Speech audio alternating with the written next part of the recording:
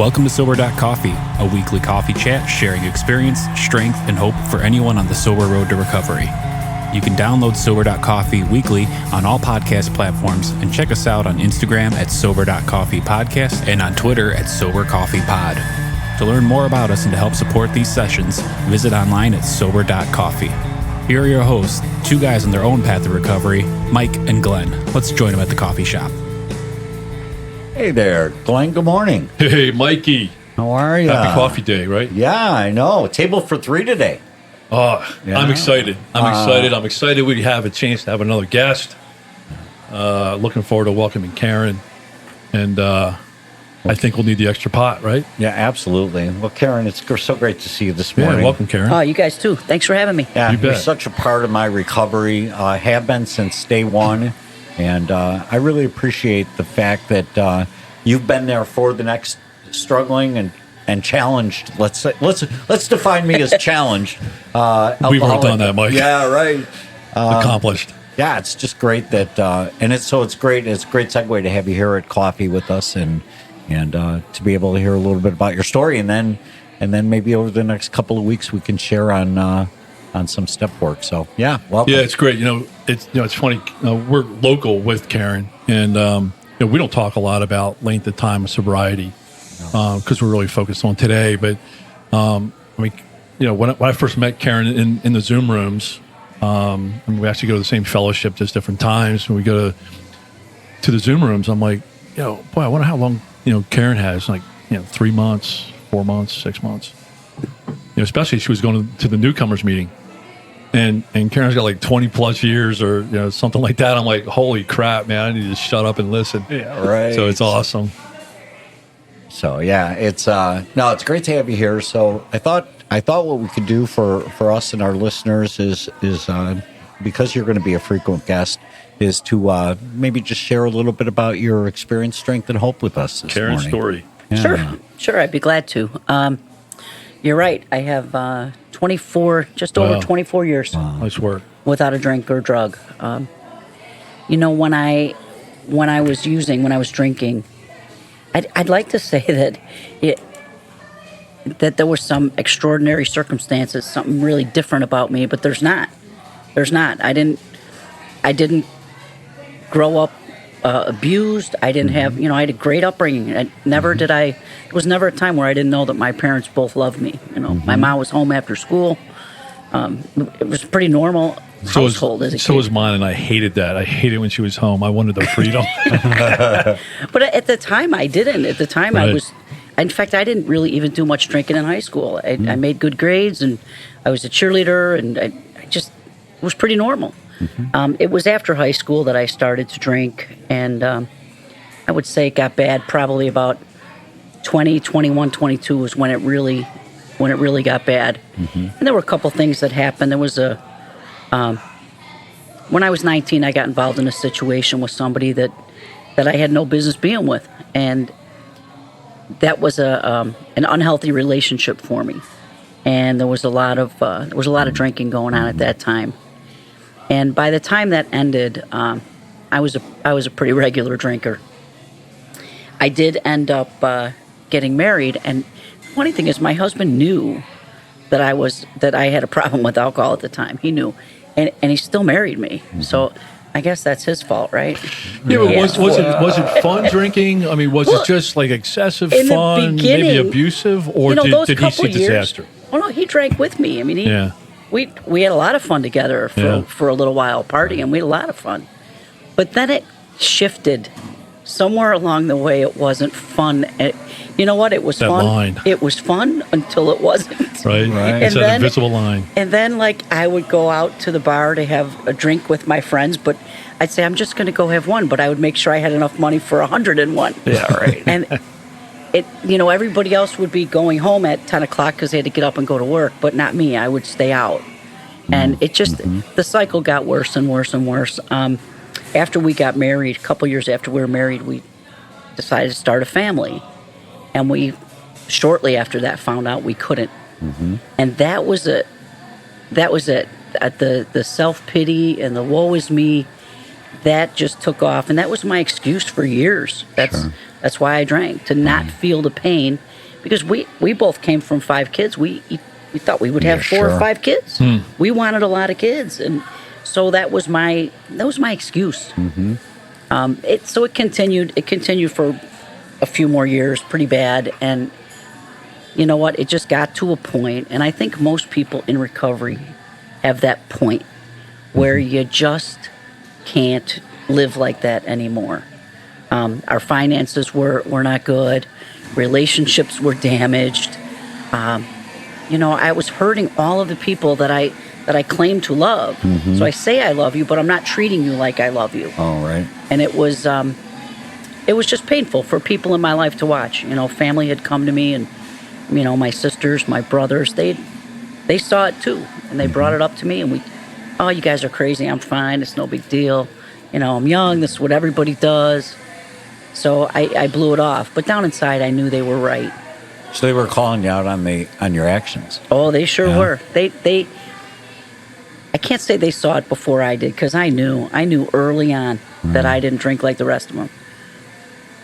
But I denied it for a lot longer than than they wanted me to. They kept pushing me to come clean and to acknowledge it and to do something. Right. Did they have other examples, Karen, in their life that made them point out to you? Like, it was nowhere in your family, right? In your immediate family, but was there aunts, uncles, somebody? They're like, oh man, well, you're out of control. You ought to be taking a look at this. But there was some heavy drinking in my household when I was a kid. Okay. And that's not my story to tell, but it wasn't.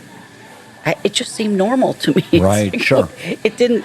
I guess looking back, it was heavier than normal. Right. But to me at the time, I didn't know any different. So right. It sounds like there was almost like a mini intervention done, right? Or was that a one event or over a period of time? It wasn't one of those like the ones from the TV they show. invited me to a dinner and then said, "Surprise, you're going to rehab tonight." Right. It wasn't one of those, and I didn't get to go to Laguna Beach or anywhere fun. There was no Laguna Beach in my story. I got to go to a hospital 5 days a week for a month, and but it wasn't. They planted seeds, and I could see, and I knew. We don't get sober without. We don't wake up one day and say, I think I'm an alcoholic. I think I drink wrong. I don't think I do this like other people. Right. We know that most of us will say that we knew a long time ago. We just weren't at the point where we're ready to do something about it. Because I still felt that pain of not having kids, and I still didn't know how to cope with life on life's terms without drinking. It was too hard for me. Right. It was too hard for me. So was there like one big event? Well, I'll tell you what happened. I always love digging in for the crash. For the big event. I'll tell you what happened. A couple days before St. Patrick's Day. National holiday, by the way. Amen, brother. So this Irishman goes out and maybe picks up some party favors, let's call them. Maybe. For some friends of ours. In case Pop ever hears this one, as if he doesn't know, right? Right. So I pick up some party favors for my friends for the Southside Irish Parade on Sunday. For those of you non-Chicagoans, you got to look that up. It's a big deal. It's life. It is the event of the year. So unfortunately, I took care of their party favors for them. So I was out for like a day, or I don't know. But I came home on a Saturday morning. And my husband was there, and he said, "Yeah, I'm glad you're alive. Screw you." And he kind of walked out the door. And I just snapped that morning. Something in me said, that's it. You're done. You can't live like this anymore. You cannot do this. So I called my sister, who I was very close with, and said, "Man, I need some help. I don't know what to do." She said, "Okay, I'll be right there." So I opened what was my last beer. And drank it, and she came over, and that was it. I went back to my folks' house for the weekend, started treatment. That was a Saturday morning, started treatment on Monday, which was St. Patrick's Day. Wow. So that's how the Irishman got sober, the day before St. Patrick's Day, because that's amazing. March 16th, 1997. That's your date. That was my first day without alcohol. Wow. So as we like to do on our show here, we like to break it up into sections, right? So, Sure. from the experience, what happened, right? So it brings you right up to the point of what happened and, on St. Patrick's Day. So let's shift gear into strength, right? What did we do at the Sober Gym, right? Mm-hmm. What did we do? What did we learn? What new tools are we using, so that you get 24 plus years of sobriety? What I learned in treatment was that if I was willing to change, I could have a different life. But I learned it would not be easy.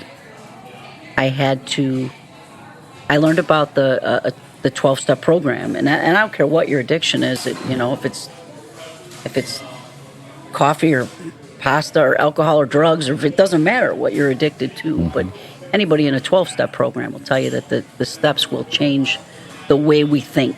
Mm-hmm. And that allows me to face life without having to drink. So well, they actually say that the 12-step program would be great for everybody. Yeah, right. I completely agree with that. Mm-hmm. I completely agree with that. There would be benefit for everybody in some of that material for sure. But I learned about the 12-step program, and that's probably my biggest tool, of course, is, as you guys know, I still go to many, many meetings. Mm-hmm. I pick up the phone. I talk to other people in the program, and when I'm having a struggle, I say, hey, man, I'm having a hard time today. You got a minute to talk me through this, or just let me vent about something to the outside world that would seem silly. But to me, it could be disastrous. So I need to get it out as soon as I can. I learned about prayer, and I had been brought up with prayer. I was raised in a Catholic household. I had 12 years of Catholic school. I had a God in my life. Recovery gave me a different relationship with that same God. I have the same God I always did. I just have one God. It's just, He's always been there. It's the same God. But I have a different relationship with him today than I had before. I got the spiritual side of that relationship in the AA program in recovery. So let me dig in there. Because I'm thinking about my God, and I'm probably the same God, but I had to unlearn a lot of stuff and learn a lot of new ways of looking at it. Did you have to go through the same process, or did you just plug in better? Or? Well, I think what happened over time I developed spirituality, which is very different than my religion. Mm-hmm. Religion is rules. My organized religion. Well, it's what I do in church, and I still have great respect for the Catholic Church and for my religion, and I don't pretend to not be a Catholic anymore. I am who I am, and that's very important to me. Spirituality, on the other hand, is a little different. Spirituality to me is how I treat other people when I'm out in the world every day. It's am I honest with my word? Do I do what I say I'm going to do? Do I show up when I say I'll be there? Am I willing to get outside of myself and help someone else? That's the spiritual side of me, how I treat other people. So the religion is very different. Sometimes they overlap. Sometimes they're very separate. So things that you've done, you obviously dove into AA, right? Mm-hmm. And so you went through treatment, you dove into AA, really worked on spirituality. Is there anything through the 12 steps? My assumption is you finished all 12 steps. I see more than once. Yeah. So until they add more, I have to. I can't. Until the second book comes out, right? Just don't do the 13th step, right? Yeah, right. So how did you benefit from working the steps? A, initially, and then B, what benefit do you get from continuing to work the steps? Initially, working the steps helped me to learn about myself. Why do I behave like I behave? Why can't I process life like normal, so-called normal people? I don't know how normal they are, but why can't I process life without alcohol? So I learned about those things in me, those characteristics that needed to be worked on, that needed growth or change, or they needed to be eliminated. Mm-hmm. And I needed to learn life skills. I needed to learn how to handle sadness and joy and disappointment and happiness. I had to learn how to handle all those emotions without drinking. Then I was able to go through the rest of the The other steps, like where we would make amends and I was able to fix some relationships. And so the first time through, it was kind of like cleaning up all of the things I had messed up over those years. After that, by the time I started going through the steps a second time or a third time, I think what happened was a deeper level of understanding of myself and a deeper level of understanding why it is I need to help the next person. So I liked the first time through was great, but each time I do, let's say a new fourth step, for example, I learned something deeper about myself, something better. And you can't go wrong. You can't go wrong there because it just brings a self-awareness. And that's what I've learned in the program is that it's learning the self-awareness and then what you do with that self-awareness, right? So if you're identifying a new character defect, boom, you're addressing it right away. So things don't compound. And at the end of the day, we don't drink over those things that might compound. Right. We don't do any more damage to relationships that we have to fix. That's right. So, and if it is, it's something usually minor. If I hurt somebody, it's certainly not intentional. Right. And when I do, I can say, I'm sorry that I hurt you. And I don't say, my least favorite thing, it just makes me cringe when people say, I'm sorry you feel that way. Yeah. And that's not acknowledging my part in it. Right. If someone says, like my sister and I are very close, and she'll say, it really hurt my feelings when you blah, blah, blah, blah, blah. And I'll say, instead of, like, if I were to say to her, I'm sorry you feel that way, that's just totally negating her feelings altogether. But today I can say, wow, I'm sorry. I didn't mean to hurt your feelings. I never would have wanted to hurt you. Right. Like I can own that today, and it doesn't have to destroy our relationship. Whereas in the past, right away, I would be defensive. And, well, if you didn't, it would start with you instead of starting with I. Right. In recovery, I find that when I start with I, the results are very different because I'm coming from a place of owning my stuff rather than making someone else responsible for me. So what's so impressive to me is that's 24 years of experience talking. 24 years of experience talking. And what I see in you so often in our meetings is that, in our coffees, is that you take this kind of freshly one day at a time. So you're approaching your life approach is, okay, I'm focused on today, which means I'm focused on the relationships of today, the situations of today, and my self-awareness of today. And it doesn't seem to me that you spend too much time in the past or too much time in the future. I prepare for the future because that's what responsible people do. That's right. I prepare for retirement and save money, and because I'm in a sales job, so I might not get a check next month. Right. So I'm responsible. I save money. I look forward to events with people. That's normal. Right. I don't obsess about it, and I'm not fearful of what the future will bring. Right. A lot of times I meet gals in the program who are afraid. Super anxiety. Usually I see that we're afraid of something that has not happened and may never happen. Right. I see that all the time with fear. People are afraid of things that haven't happened, and they may never. And then in the past, you know what? They tell us in the promises, we don't regret the past or wish to shut the door on it. The past it no longer controls me. It no longer owns me. And I'm no longer ashamed of it. It's not like the things that I did. It's not who I am. They're just things that I did. And the past now for me is just it's a stepping stone. It's a learning tool. You bring it into the past helps me determine my future. I don't want to live awesome. Like I used to. Right. So that's all. That's awesome. Use your past as a tool. A learning tool, and that's it. Don't obsess over it. Right.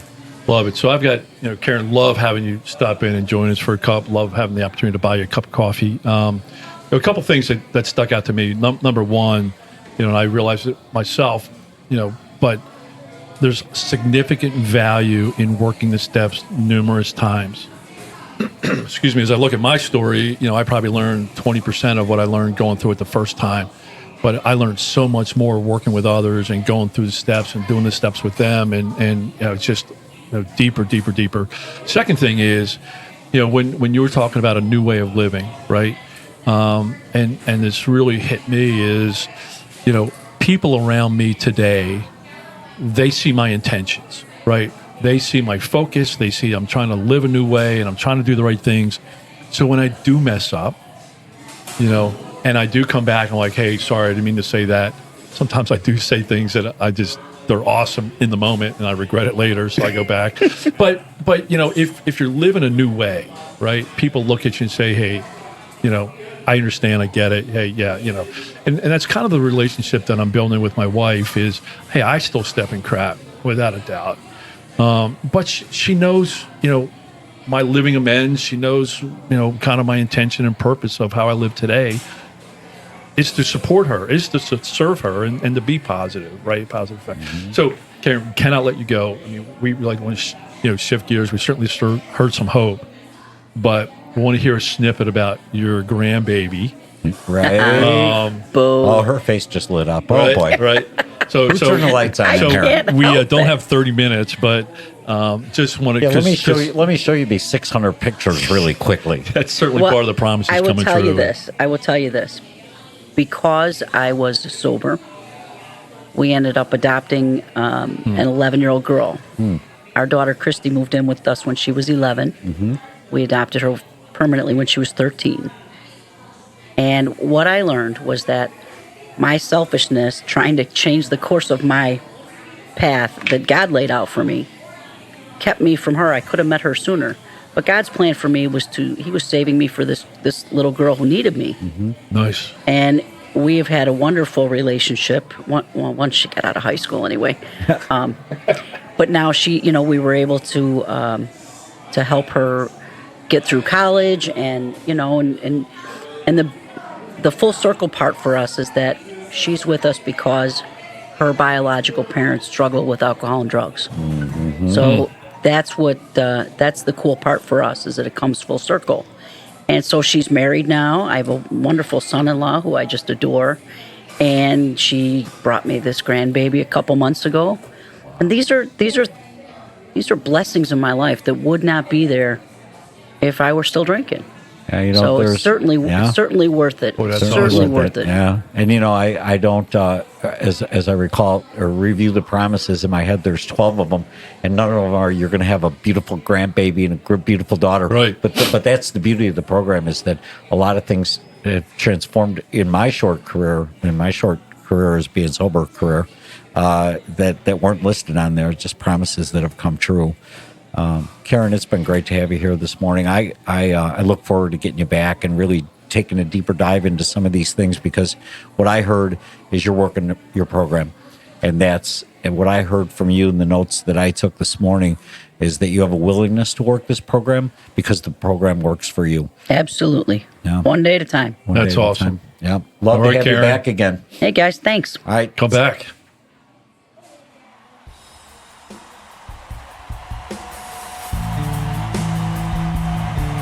Thanks for joining us for today's coffee chat. To contact the show, email us at podcast@Sober.Coffee.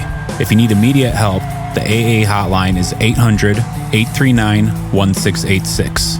The National Suicide Prevention Hotline is 800-273-8255. Remember, Mike and Glenn are sharing their own journey on the path to recovery. Any suggestions, medical or otherwise, are their own experiences and should not be viewed as professional advice. See you next week, and remember, there is a solution.